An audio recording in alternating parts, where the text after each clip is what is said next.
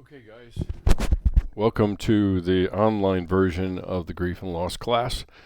I find myself in a strange position. We were already making the observation that it seems like we start talking about grief and loss and all sorts of crap happens in our lives. We become more aware of the grief and loss around us, and that was not really with anything like this hitting us. I mean, this without a doubt tends to feel like we just got hit by a train. And there's been all sorts of losses around us, and it's been imposed upon us, and it is frustrating, angering, infuriating, rageful, depressive. It is provoking anxiety with the new landscape that we're in with online classes and everything else. So we are facing everything that we're going to be talking about in this last month of class, and so I continue to pray for you all as we walk our way through this. Hopefully, some of the things that we can talk about in this class in particular is going to be of some help and encouragement to you all. I think we're going to need to lean even more hard into our groups. Because that's going to be the place to process our thoughts and feelings and reactions and everything that goes along with it. So we will be doing groups live via Zoom for this week, and all of the groups will be that way, and that would allow our opportunity to kind of connect and see each other and talk and process what everybody's feeling, which is important. It is important, and the groups themselves. If you need to communicate with your group leader about your feeling about it in terms of doing it by Zoom. I was at first a little hesitant to go that direction because of kind of the stilted communication that it would bring, but I've been won over. You can probably thank Corey, my daughter, at holding my feet to the fire and bringing back my words to me about the things that are important in terms of our relationships and so forth. We have the benefit of having forged some relationships in our groups after the last 8 weeks or so. So we have that benefit to lean in on as we're trying to navigate this thing with the online Zoom meetings and all the other things. So in the meantime, I will put up a list of assignments. I've been a little busy with some of the other classes in terms of getting things moved online. I have a little bit different standard than I think probably some, because I've taught educational technology for a few years and kind of know what I'm after and what I'm looking for and the tools that I want to use. And so that's one of the reasons why we're going to continue to explore and try out VoiceThread, because it allows us to continue our discussions even after the group. So each group has its own VoiceThread, and the leaders are equipped to be able to put something up, whether that's something for you to read before group or pose a question for you to respond to, just to try to keep some thread of connection as we go through the week and help each other out and support each other and hear each other's hearts when we go through this.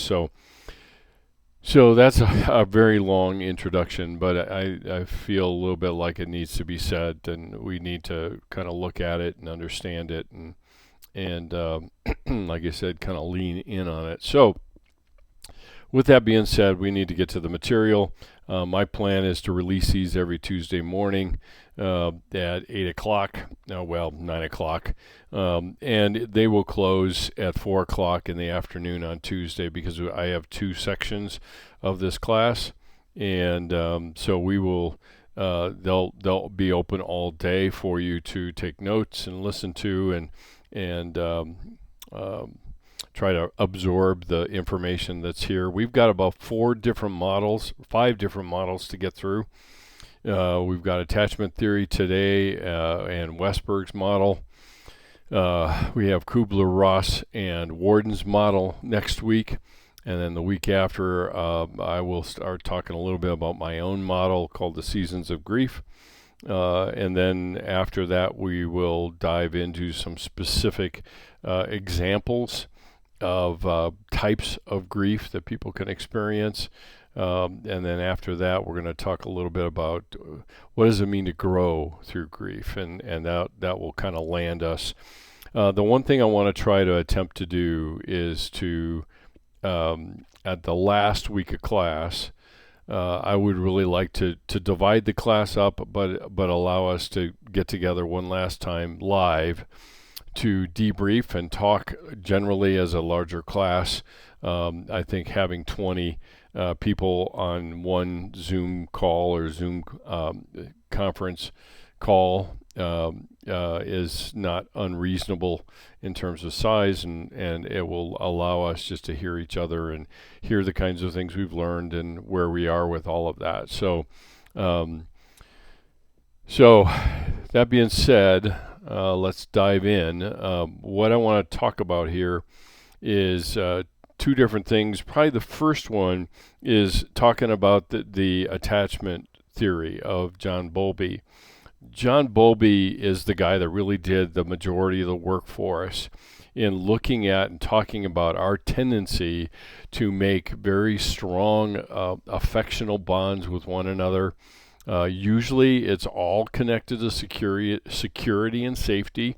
It continues to be all the way through life as well. Once we either have a tenuous connection to people, depending on the care providers and the caregivers early in a child's life, it is not an inevitability that they will have problems going into life, but it does set the stage for it. And it shows up, interestingly enough, within our relationship with each other, but also with our relationship with God Himself, and how we interact with God, and how we see how constant we see Him. For example, for myself, I've talked enough about my attachment. I was an adopted kid, even at just 8 days old. But what I began to find was this kind of crisis moment where when my dad died, and that threw everything into chaos as far as attachments go. And so I learned something very important at a very foundational period of time in my life. And I ended up showing some of the evidences of insecure kind of attachment style. Now, that happened at 12. We're not talking about the stages of life like Erickson was talking about during that very first year of life when he talks about trust versus mistrust. But these attachments form really early in life, and they're limited to a few people. They are not broad at all. They are limited to some key people, even 2 parents. There will be a preference on a child to one parent over another. So it's limited. It endures throughout the lifespan. It can be moderated. It can be adapted, if you will, throughout the lifespan. Some of that is because of the adult capacity to have cognition and to evaluate and have even what we might refer to as metacognition. I can think about thinking, and so I can be able to do that. But all of this, okay, is all part of normal behavior. It is very much a part of that, and we need to kind of keep that in mind, is that attachment is not the problem. It is normal for everybody. What happens around that usually is what shows up. And when there is a threat and when there is a breaking of this bond, then dramatic things tend to happen. And that's really what he was busy looking at and talking about, because he wanted to understand this emotional reaction that occurs when the bond is actually broken. So usually what he saw, and he started in the animal kingdom, he had some people to borrow from, like Conrad Lorenz, that was talking about priming and imprinting and some of those sorts of things. But he saw this intense anxiety, usually a lot of what he called a strong emotional protest. Now, that can be shutting down or that can be acting out. It can be either one. Both of those things represent the protest. Ultimately, the parents and or caregivers provide the capacity for relational capacity later in life. We see that consistently. Research has pointed to it for a long time, that depending on the attachment style of the child, and we'll get into that a little bit later because we've got other places where it enters in, that it shows up even in romantic relationships. So it lays the foundation for what Erickson referred to as basic trust, and impacts all the future relationships thereafter. And that's a key point in the development. And you see that in kids around grief. A lot of times they will often become very clingy as a normal response for a kiddo that has experienced a loss. And parents, unfortunately, try to explain it away, or they try to soften the blow. And we know that kids understand the idea of death. They go for a walk with a parent, and they're walking along the sidewalk, and they see a dead bird on the street because it's gotten hit by a car. Well, they understand that death represents the loss of life, that life is not there anymore. So they can learn it at a very early age. With the attachment theory itself, what he wanted to look at is what happens when it doesn't happen, when attachment doesn't happen in some way. So what he pointed to was either there was this withdrawal or shutting down. Now remember, in adults, that looks differently than it does in kids. You can say that a kid goes into emotional shock and kind of shuts down and unresponsive and that sort of stuff. And we may even have some of the physiological responses we see with kids because they may shake. They may have the physiological response. But oftentimes the other part of it is either they get this sense of resignation and really don't have much of a level of effort to move toward reconnection. And that's kind of that shutting down piece. And when they get older and begin to draw, or they begin to get at more of an adolescent stage, and they're talking more about how it feels, there is this pervasive sense of despair that we see. And interestingly enough, even if you go into Scripture, you will see points in time where David talks about it in his journals, otherwise known as the Psalms.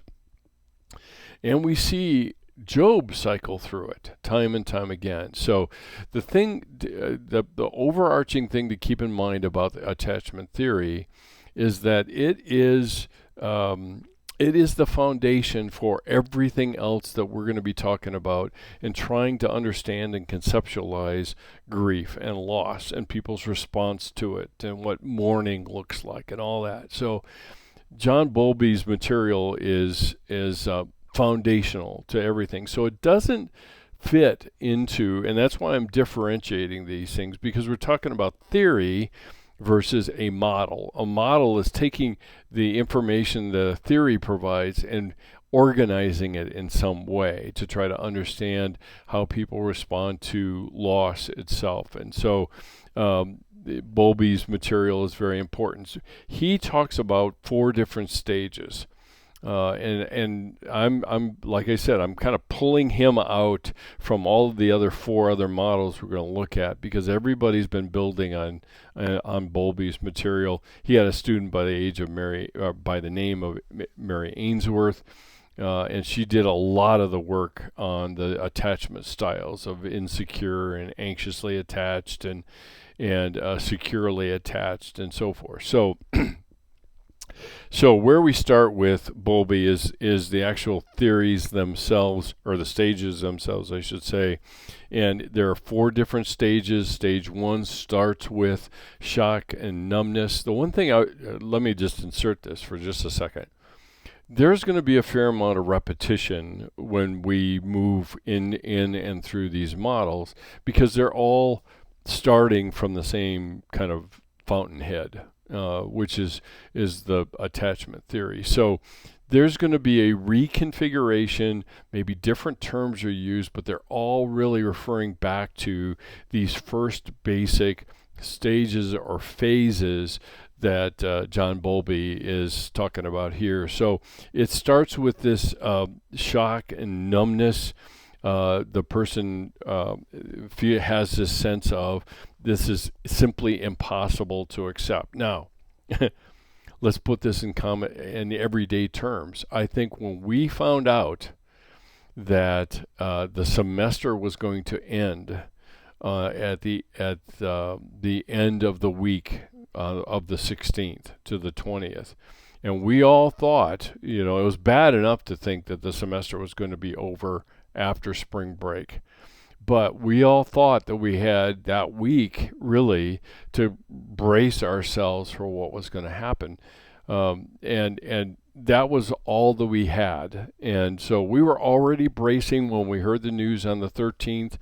When the president got up and started talking about quarantine and 14 days and all the other things, and our president of the university started talking about that. And even then, Jim McCormick was saying it's business as usual. We're going to just do things through this last week, and then we're going to be done with spring break. And at that point, it still was fairly flexible or fluid about whether we were going to come back or not, but it fairly quickly turned. I think we all understand that, and before too long we heard not finishing up and finishing a week and moving into spring break, but we heard we had 2 days. And so shock and numbness was really where all of us were. We can't wrap our heads around it. It's not right. This is not the way things should go. And the thing about this stage in particular is we're assaulted with such information that does not fit our expectations. And the thing you guys have heard me say over and over again is that a lot of times we don't know the more what you might call granular expectation. We don't know we have those until something assaults them or that they're not met.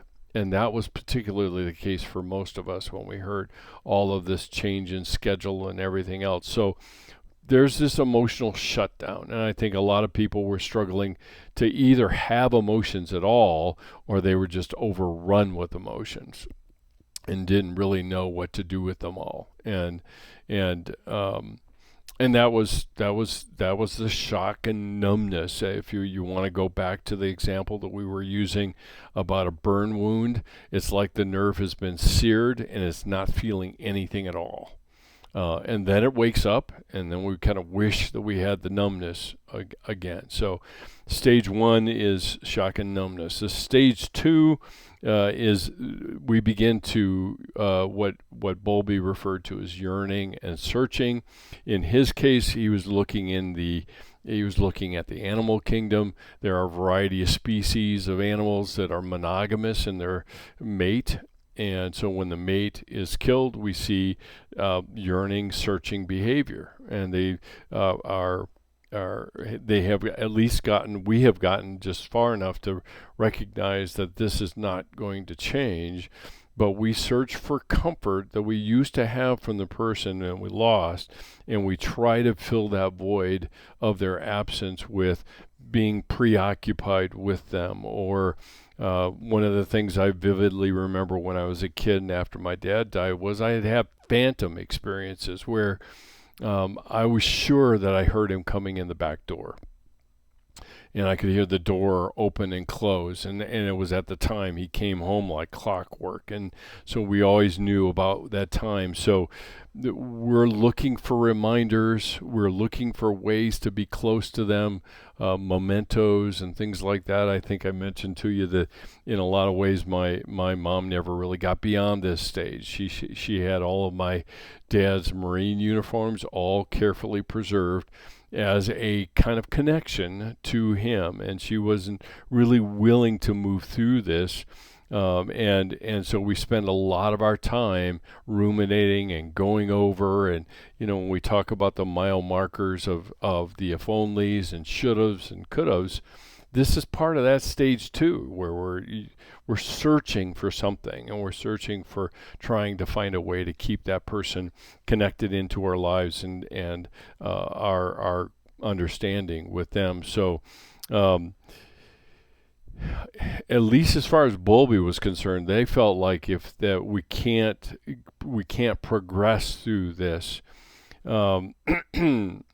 then oftentimes we get very stuck in this phase. And I've been using my mom as a good example of that. She really did get stuck, and she seemed to be living the rest of her life waiting for the reunification that would happen at some point in time. So that's stage 2, yearning and searching. Stage 3 is the where it really sets in, and this is that if you think about the mile markers we talked about in terms of denial, and then anger turned outward and anger turned inward.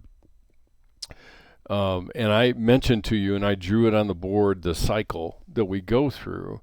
And this is really the entry into the genuine grief, where we're dealing with and accepting the reality of what's happened.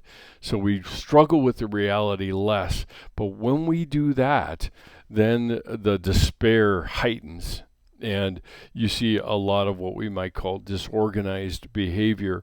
The person shuts down, and you see all of the 3 top stages kind of recycled through all the way through in this particular stage. So at this point, the person feels like life will never improve. It will never make sense again without the person. Now, again, this is all person-focused, death-focused. But if for example, let me put it in a context that a lot of seniors probably would relate to, and that is, I've structured my future. I have certain expectations. I have a plan. I've got a lot of things, and this idea of not coming back to school is not part of that plan. And so if you went home, and I'll just put it in this context, if you went home or went to wherever and you found yourself completely lacking in motivation, you couldn't pull yourself out, and you just didn't want to do anything, and you'd binge watched 3 different seasons or 6 different seasons of your favorite show or whatever, and even though you probably could speak out or talk the lines of all the actors, you're still watching it. And it's like, I don't want to accept this reality, and the despair is finally kind of set in. The longer people stay at this stage, the more the anger begins to consume them. We see the anger turned in, anger turned out. So it's both of those things. Sometimes people will shut down, and the depression will kind of settle in, and it becomes kind of this daily rhythm that is part of what they're experiencing. On the other hand, they can be also on edge all the time, and it's almost like they're looking for a fight, and it will give them a reason to kind of vent all the rage and stuff that they experience. So this is kind of the bottom of this cycle that he was talking about. The last stage is a stage that he refers to as the reorganization and recovery. And in this phase, faith in life starts to glimmer again. There's some ability to see some measure of hope that is not built just on that one thing that we've lost, the relationship, the way things are, the hope that we had based in this plan. Now we start to reorganize. We start to reassess and begin to figure out what they're going to do with life now from now on. And so slowly they begin to rebuild, and they come to realize that life can have some positivity and brightness to it and even color to it. And so there's some reorganization and recovery. Trust is slowly being reintroduced into relationships. I can tell you from being a counselor for many, many years that in a lot of cases I have people coming in to see me for in a counseling setting, and trust has been shot because of the loss of the person that they've experienced. And walking into counseling is kind of almost an invitation to either trust or to have it exposed as to how little they trust anything. And that's all very much part of this last stage. So they're willing to take some risks. The loss is receding into the past. It doesn't dominate the present day as much as it once did.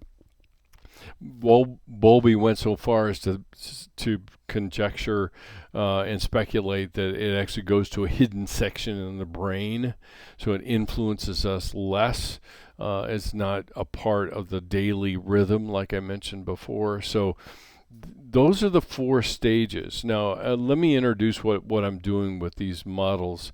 Is that as I go through each model, I'm going to show you a vignette of celebrities, some people you know, some people you won't, and they've gone through a loss and they do a little reflecting about that loss. And so so I will present a model, a theory like this, and then I will show you a short video of a vignette of someone that will talk about it, and I'll reflect on it a little bit on the backside when we get to it. So this first person you're going to hear from is a lady by the name of Katie Couric.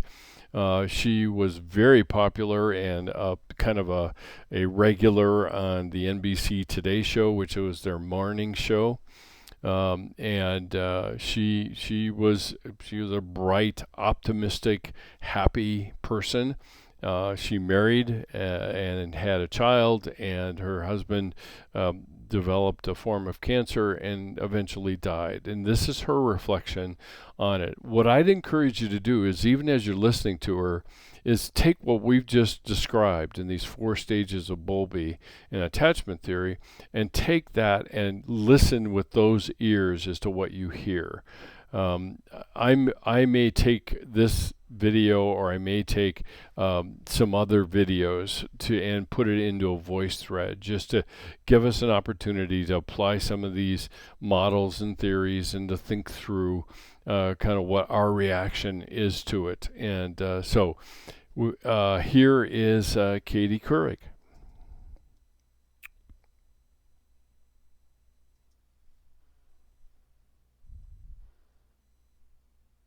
My husband used to say I was born on a sunny day, which I thought was such a nice compliment. I have been a very, for the most part, optimistic person. And yes, my happiness quotient has always been quite high. I was in a very happy situation. I remember coming home from the hospital when Carrie was born and lying on the bed with Carrie and Ellie, who was 4, and Jay playing a Brahms lullaby on the Steinway we had given each other for our birthdays. And I thought, this is a pretty idyllic life. The snow was falling. There was a huge snowstorm, and I just felt so safe and warm and comfortable and loved and loving. Then when Jay got sick, it was really a huge shock, to say the least, and I did feel as if my whole world had come crashing down. I remember walking around my neighborhood in a daze and seeing people laughing and pushing baby strollers or having lunch together and thinking, how can these people be enjoying themselves so much? This horrible thing has just happened, and I don't even know if my daughters will have a father or I'll have a husband in the course of a year. So I got through that period of time, and it was wrenching, and Jay died, and I had some very, very tough times after that. I was very depressed. And it's really kind of a haze for me now. But as much as I miss Jay, I don't want it to take away from the time that I have to bring joy or give joy and receive joy, as corny as that may sound. I think the fact that Jay said I was born on a sunny day is still true now.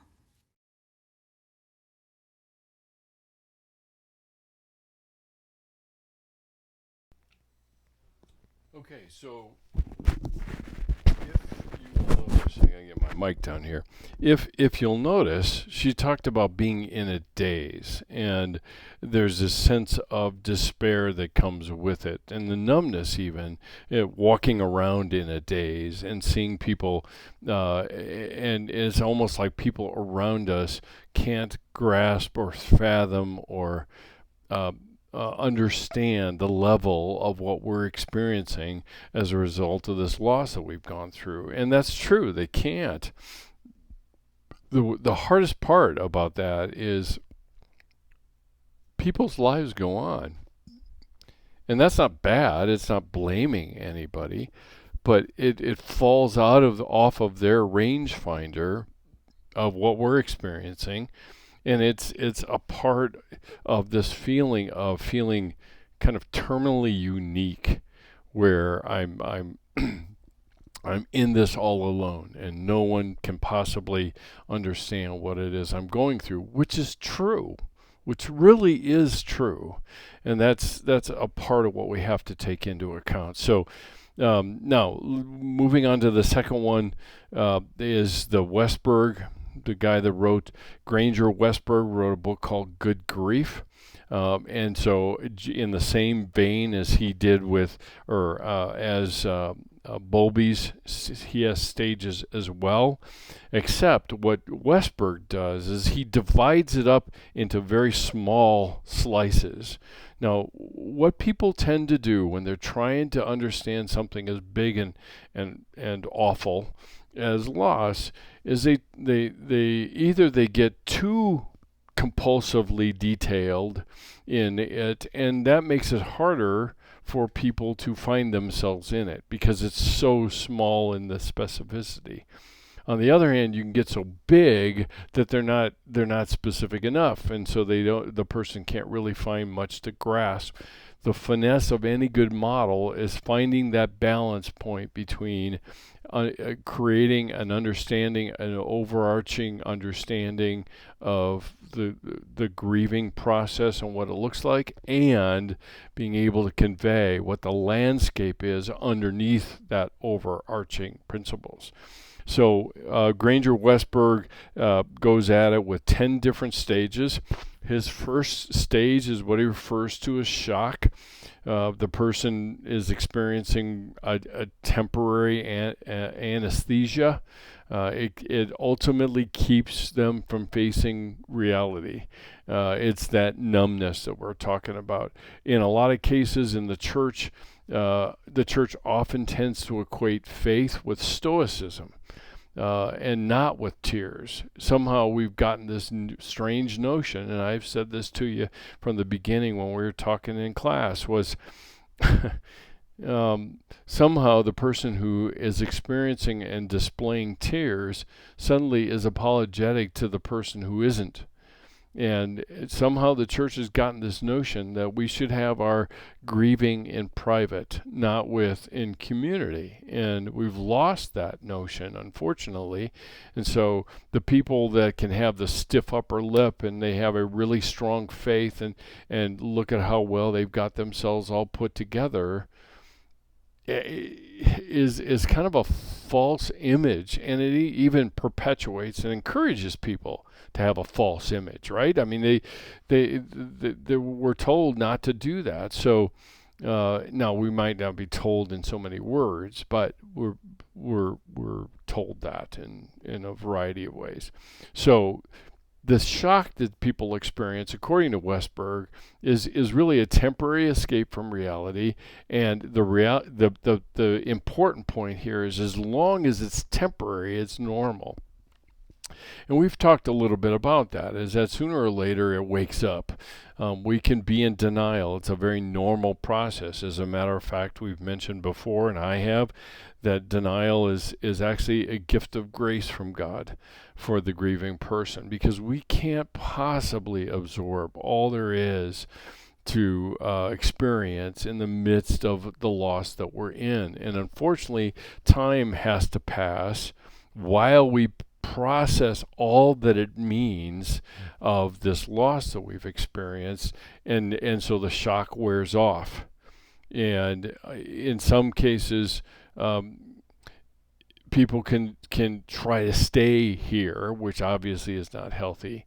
And with people that are around them, what am I going to do? Am I going to shake them, into reality? No. But what's my alternatives? Well, the problem is that what we don't understand is that entering into the place where somebody is not encouraging them to stay there. It actually is a motivation for them to come out. Now, we don't believe that. We really believe that I need to counterbalance whatever the other person is doing or in.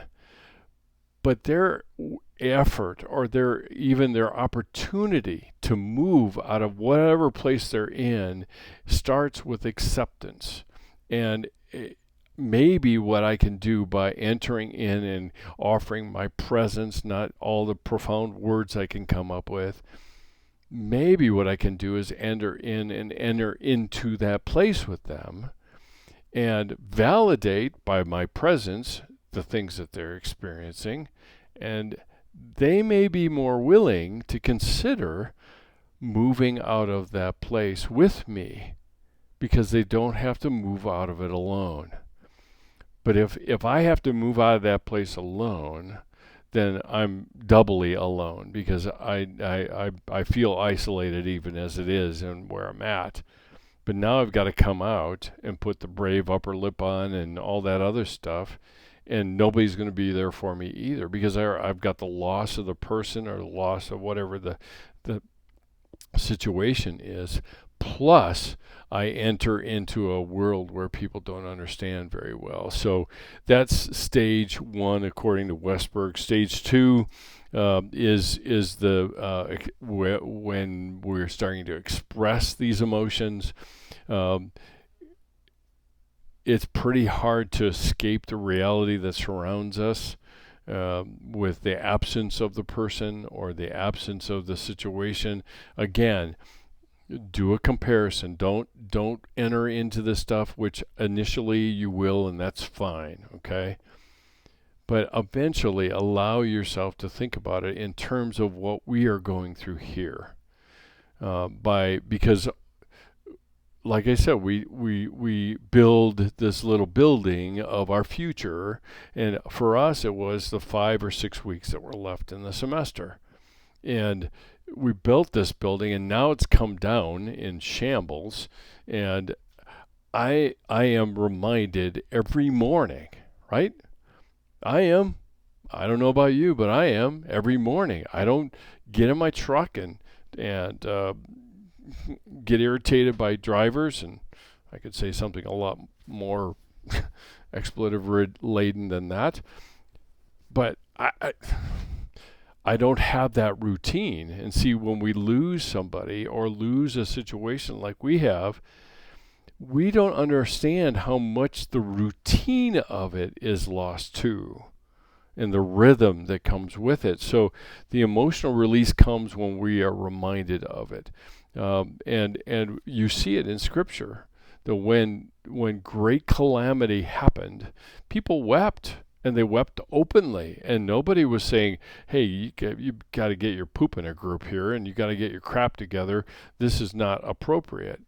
No, that was really a part of their culture, to express the tears and the despair and all the other things. So ultimately, again, if I'm a friend, I am not wanting to counterbalance them but in a sense, meet them on the end of the teeter-totter they're on and allow that to be where they are at that time, which is fine. And before too long, we can find a balance between being completely emotionless or over emotional. Now, in most cases, for people to have even a little bit of emotion, they call it over emotional. Okay? I mean, that's how we shame ourselves into emotionless faith, is that if I have any emotions at all, I am now being over emotional. Or our favorite word of calling and kind of condemning people with it is stop being so dramatic. I need an audience really bad. You guys would have chimed in on that one very quickly. Again, here we go again. So the reality is that our emotions provide depth of field to our experiences in our lives. Without emotions, there's a loss of depth. And when we cut that out, then all we have really are just the facts, and that's it.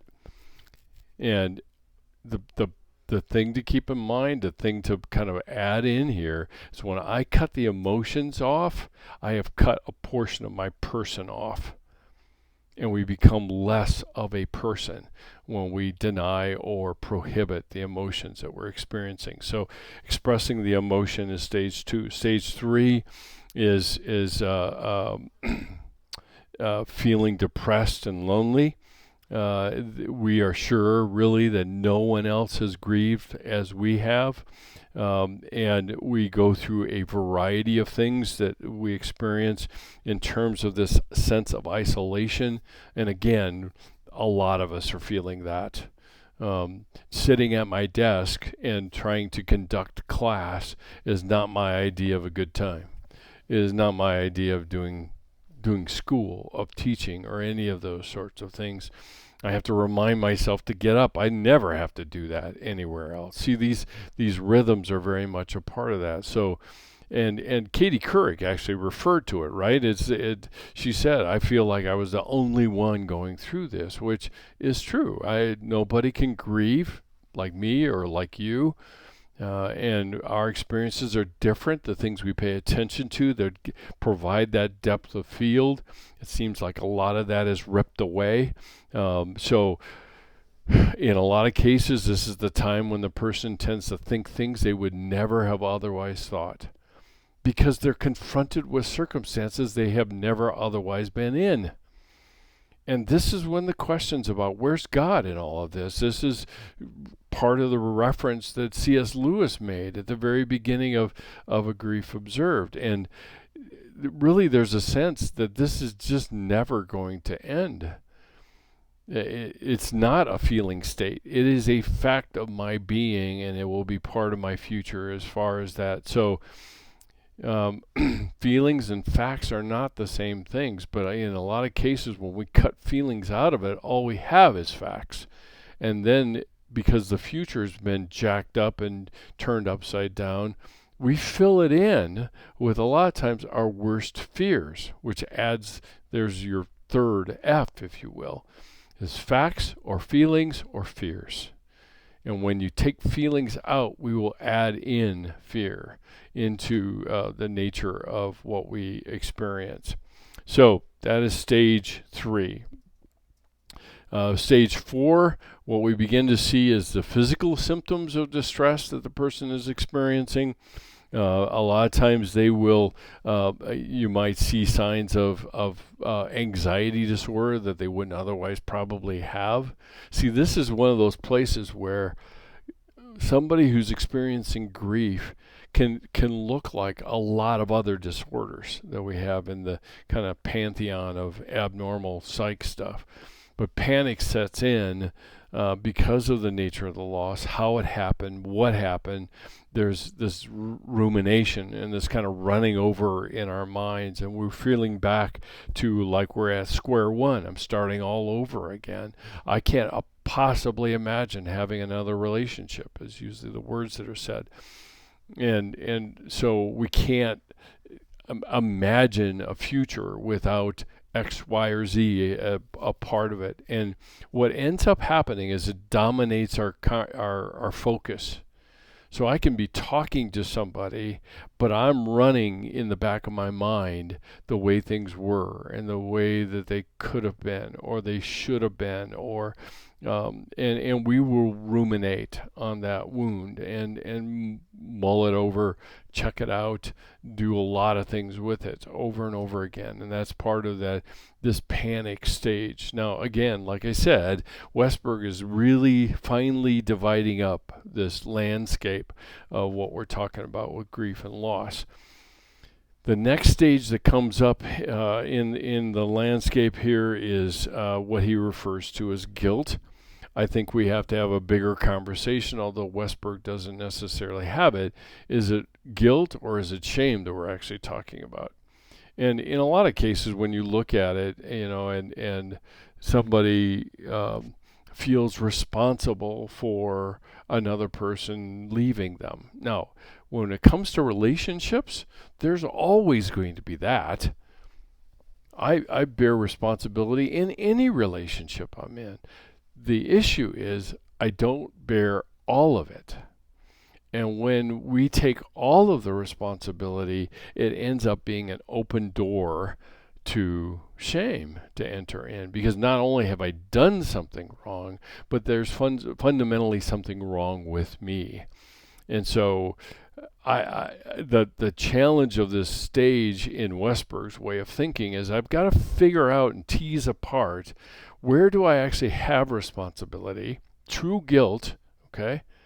And it's not a matter of forgiving myself. It's just being gracious with the reality of my humanity, that I make mistakes. And the worst part about losing something that can't really be replaced, can't really be rebuilt immediately or anything like that, is that's all I'm left with, is the mistake I made. And that's all that I can end up looking at and repeating over and ruminating on, like I mentioned before. So all of these things are very much a part of this stage 6 when he talks about guilt.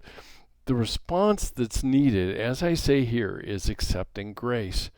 I had a long conversation with a friend late last week, and I made the comment about Christians are great at talking about grace when it comes to salvation, but they suck to high heavens when it comes to grace for living.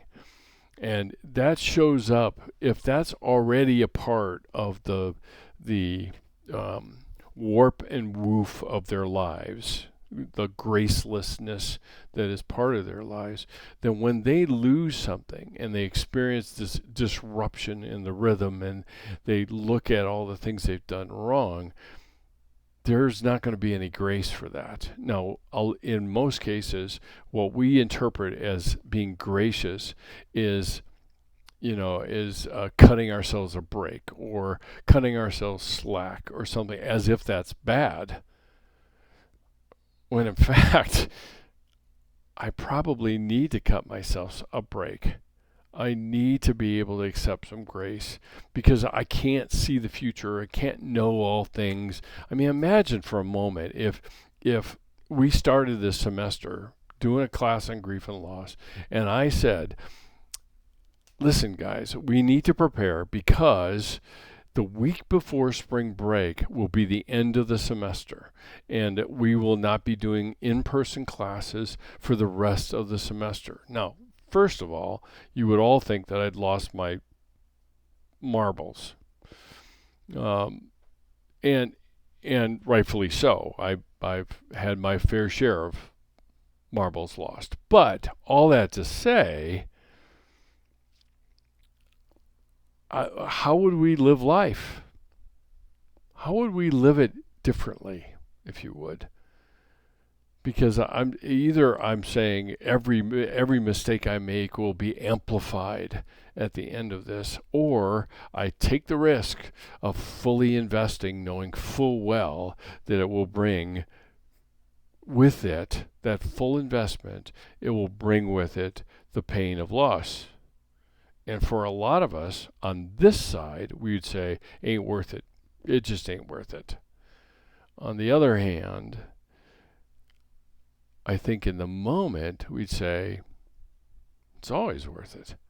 The relationships and what we gain is counterbalances, but in the moment of pain, it doesn't look that way. And that's particularly true with things that we do wrong, which has to do with the guilt piece of it. So that's stage 6. Stage 7 is anger and resentment. And again, some of these things seem repetitive, and they do. But this is where we begin to experience these really, really strong feelings of anger and resentment, and maybe even mildly irritation. But it's to be expected, even though it's disconcerting for people who don't experience it often. It is very much the landscape, which I've mentioned to you guys before. It is always part of the landscape of what we experience around loss. Because think back to what we just said about, it's getting late, about what Bowlby talked about with attachment, is this strong emotional protest that he used, that phrase. Well, that's what this is. And we're looking for a target. We want to pin it on somebody. It feels so good just to kind of get it out and go off on somebody. And afterwards, we may be filled with regret. But there's nowhere for this really strong energy and anger and resentment and the sense of helplessness and everything that comes along with it. It's just there's nowhere for it to go, and I need a target in order to do that. Now, in a lot of cases, sometimes we become the target, and it gets turned on me, and then we get into the if-onlys and should-haves and could-haves and all the other things that are part of that. But the anger and resentment are very much a part of this stage as far as Westberg is concerned. Stage 8 is the resistance to actually going back. And this is really this place where the person wants to stay where they're at, because not only have I lost stuff in the future, the person, etc., but now if I accept the new normal, it is another loss, right? Because not only have I lost it and gone through that experience, but now I have to lose it again in a sense, because I'm now accepting it as it is. And in a lot of cases, like Katie Couric mentioned, everybody else seems to have gotten back to normal, whatever normal is. And so there is a tendency to stay stuck, and that's what he's referring to here, because returning means losing something more. And I want to preserve and kind of cut my losses. I've already suffered a big one. I don't want to add any more. And looking into the future, investing in relationships, trying trust, trying other things, it's seemingly too much. And at this point in time and in this particular stage, at least as far as what Westberg is talking about, is that grief has become a friend. It has become the familiar state of affairs.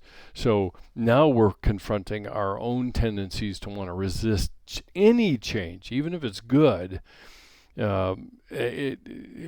don't want to try anything new, and that new, even if it's good, it's a little bit like I'd rather have a known demon than an unknown angel. So there's a lot of our culture that is in a conspiracy against us experiencing our grief and allowing it to exist and going through the cycles and experiencing the things that I'm experiencing. There's a lot about our culture that just doesn't handle that very well. We're seeing it again, right? I mean, we have everyday experiences all around us. The people that are trying to maintain their schedule as if nothing has happened.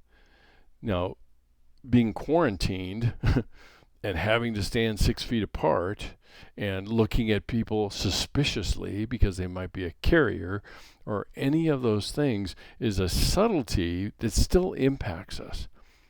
But for a lot of people, they would rather try to keep everything the same, even if it's a unhealthy same or sick same, because at least it's staying put. It's not changing. I don't have another adaptation I have to make, which really I would really rather not do. And that's very much a part of what we're talking about here. So that's stage 8. Stage 9 takes us into, slowly but surely, at least by this model, hope begins to enter in. Now, it's not seen as big, broad, kind of astounding kind of hope stuff. It's seen in smaller events, like even planning to have a meeting with somebody and beginning to allow ourselves to look ahead to having it. It's the person begins to kind of open up to see that there is some hope. Now, hope isn't built on fantasy. It's not, as I am known to say, hope springs eternal in the minds of idiots and fools. That kind of hope is fantasy hope. It is a false narrative of the future so that I can somehow feel better when it's not really real. And so that kind of hope is a rejection of reality. But at this stage in the ball game, according to Westberg at least, we start to allow for hope. And it's this place where people are now having to try to deal with the feelings of disloyalty. If I move into the future, if I allow for this new normal, if I accept the reality of what's happened, am I now being disloyal because I'm leaving the person in the past? And this is that landscape that we're talking about with stage 9. But hope begins to germinate, and it begins to show up in the person's life. And then the last stage is stage 10. And stage 10 is there is a struggle to affirm reality. It is not smooth. It is not a smooth transition. It is very much of a patchwork, where there are places of acceptance of reality, and then there are other places that aren't. And we'll get kicked in the gut now and again at the reminder of things. But we begin to adjust to a new reality and a new normal. And ultimately, with this process, and Westberg makes a very good point, is we come out not the same. We come out as very different people than where we were when we started. That's the result of good grief work, of allowing myself to lean in on this process and grasp it and wrestle with it and get mad and go through all of these things that Westberg is talking about. And there was some of the hope that shows up is because I'm now seeing that not everything has been taken from me. I see there are still people in my life who love me, who are still there, and I'm willing to incorporate them into the fabric of my life again. And so the anger and the resentment begins to kind of burn out, if you will, and begins to fade from view. And I begin to because when I appreciate people in my life, right, I'm admitting that they exist and that they're important to me. And if somebody's important to me, then I'm starting to have this investment. And up through a lot of the stages that Westberg is talking about, there is a on again, off again relationship with the investment idea. At the front end, nope, I ain't making any investment. I'm done. I don't want to go through it again.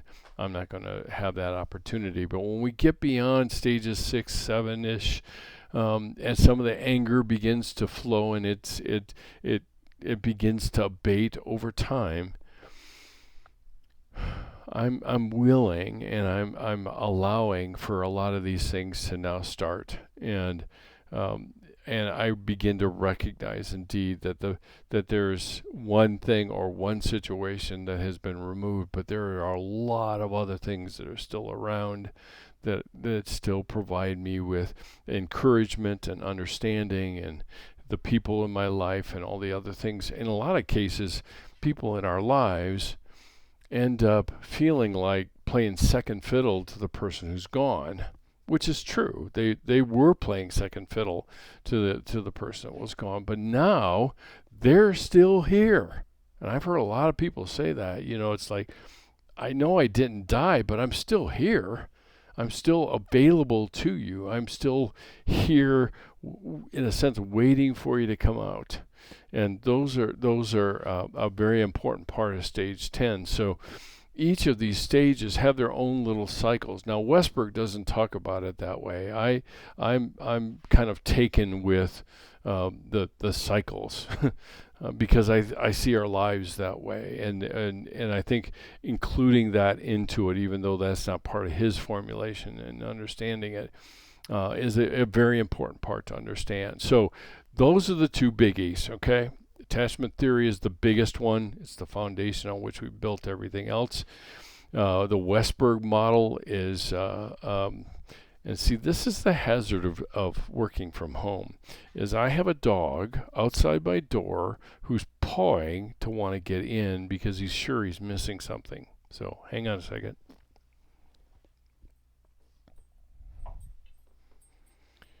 And he'll come in and walk around the office and see if there's any food he missed or anything like that. Got it all covered, Coda. Westberg is really the first model I introduce you to that is taking all of the stuff that we talked about from the Bowlby and attachment theory, and now kind of fleshing it out and putting it within a model of understanding. It is highly detailed. He's trying to capture all the data points that he believes is the most important landscape of this journey. But keeping that in mind, then we will move then to the next one. And the next two that we'll look at is Kubler-Ross's model, which you're reading about on Grief and Grieving. And then we'll also spend some time looking at Worden's model next week in terms of the tier model is what it's called. So that's it for today. I think we managed to fill the time in a reasonably good way. And I will be here, and I will see you here next time.